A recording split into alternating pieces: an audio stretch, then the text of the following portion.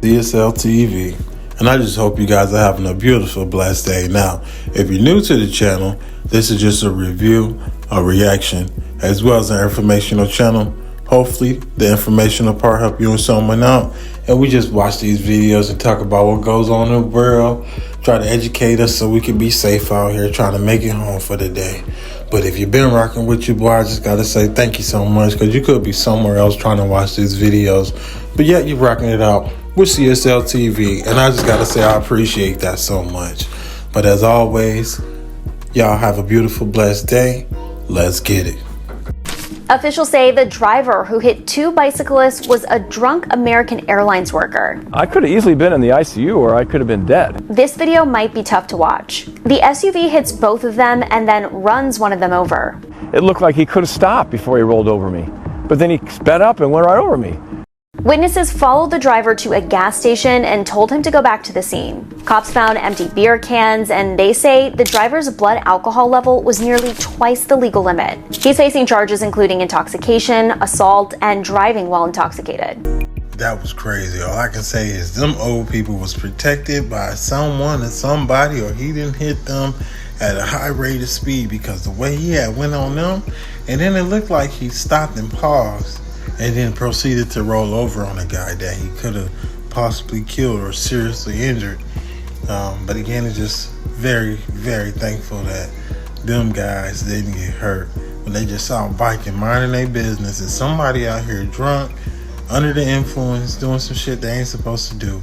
And I'm sorry, I hope they hit this guy to the max, because somebody had to flag this man down, chase this guy, be like, hey, you hit somebody, you actually hit two people, and then you just, you know what I'm saying, just drive away.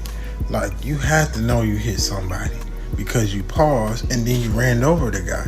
It wasn't no speed bump.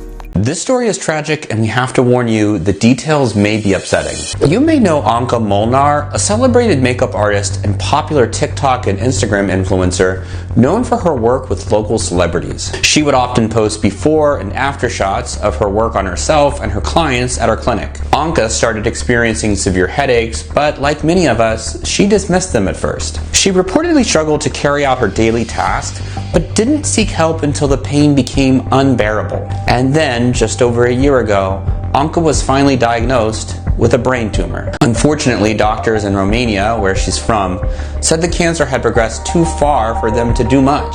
She traveled to Turkey for treatment, undergoing brain surgery, radiotherapy, and chemotherapy, documenting her treatment on social media along the way. She praised the support of her husband, Claudio, saying, "I have the strongest and best man by my side in good times and bad." Despite her initial operation putting the cancer in remission, a second tumor was found shortly after. And just last week, her fight ended. On the day she died, Anka posted a final message showing a view from a plane and writing, "I came, lived beautifully, and left for another world.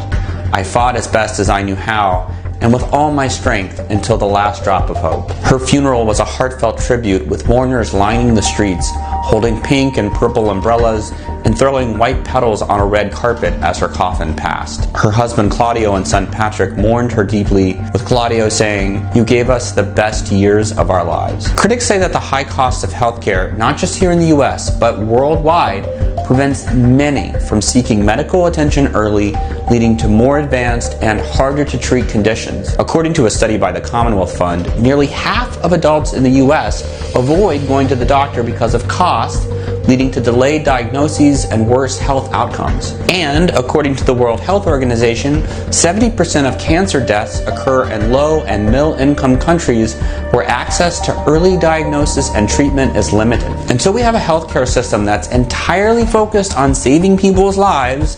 Instead of growing corporate profit or shareholder value, we can expect preventable deaths like this to keep happening. Rest in peace, Anka. My condolences goes to her family, but that's just real sad to hear that, a headache was actually a tumor. And, I'm not telling people what to do, but that should encourage most of us, if not all of us, to go ahead to the doctors and get them yearly checkups, you know what I'm saying? And if your body's acting different than what it usually feels, go ahead and go to urgent care or something, just to be like, hey, mom been feeling this way, that way. You know what I'm saying? I don't know what the hell going on.